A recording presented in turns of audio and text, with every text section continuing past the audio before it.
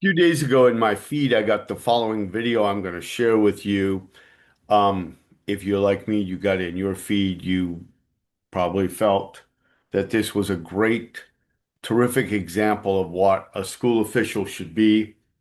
And, somebody who connects with the children, makes them feel at home, validates them, and helps them through the difficult and awkward time known as childhood. I mean, it's never easy in life, but being a kid is really much harder than a lot of people realize.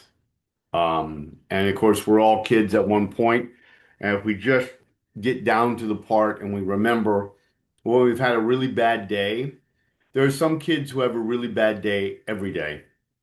Every day is a terrible day. They fight poverty, they fight problems in their household, financial, physical, mental, emotional abuse, sexual abuse.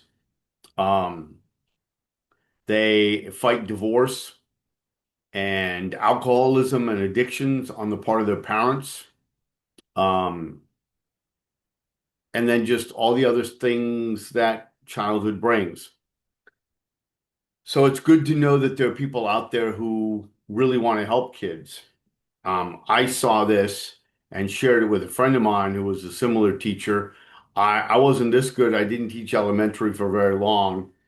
And when I say this, this is the sort of thing that works really well at elementary schools, works differently at other schools, high schools and middle schools, until it doesn't. And I saw this video and I looked at it and I thought, yeah, I was just filled with pride and happiness and just glowing. And then I remembered I have known people who have been this type of person and been destroyed, and it doesn't take very much to get to that. So I want to share with you the video.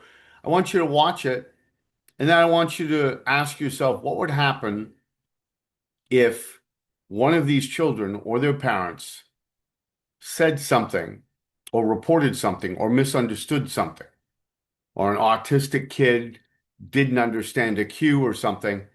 And while I'm not blaming anybody, I'm just trying to explain exactly how easy it is for something to be misunderstood and for not only one life, but many lives to be utterly destroyed. So let me share this video. You can see it and just think about, get involved in the joy, but just think about how easily things can go very, very wrong. So here's a video. You may have actually seen it if it was part of your feed too. It's really wonderful. He thought no one was watching, but the school's security cameras told a story that left the internet speechless. Every morning before the first bell rang, a man named Zach Bowermaster, the principal of a small school in Lancaster County, Pennsylvania, walked the hallways with purpose. He didn't just stand at his office door like most principals. He stopped every few feet, kneeling down to talk to a shy student, giving high fives, fist bumps, even little handshakes that only the kids understood. At first, teachers thought the camera footage looked unusual. Why was the principal pacing up and down the hall, smiling and greeting everyone one by one? But as more videos surfaced online, people realized this wasn't random. It was intentional. Zach had started something called Fist Bump Friday. It wasn't about the handshake or the high five. It was about connection, reminding each child that they mattered. Soon, the hallways began to change. Kids who once walked with their heads down were smiling. Teachers noticed fewer fights, more laughter, and students who actually looked forward to school. Months later, the staff did a school survey, and when the results came in, everyone was stunned. Every single student, all of them, said they had at least one trusted adult they could turn to at school. That doesn't happen by chance. It happens when one person decides that no child should ever feel invisible. Sometimes the smallest gesture, a fist bump, a smile, a good morning, can change the entire world of a child. And thanks to one humble principal, no student in that school walks the halls feeling alone anymore. So, it really does say, as the old adage go, it starts at the top.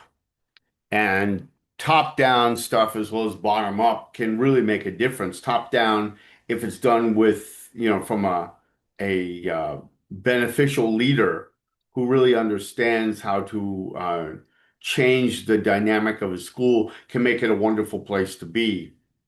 But as you can see by just the physical connections, you can see how that would easily go sideways. I've told the story of some people on this channel, one of whom was head of a yearbook, and she tried to help the yearbook kids who were working on something while she was busy, gave them her personal flash drive because they had no others, forgetting that that was a flash drive that she had a couple of years before, had a couple of very sexy pictures of her that she provided to her boyfriend that destroyed her career.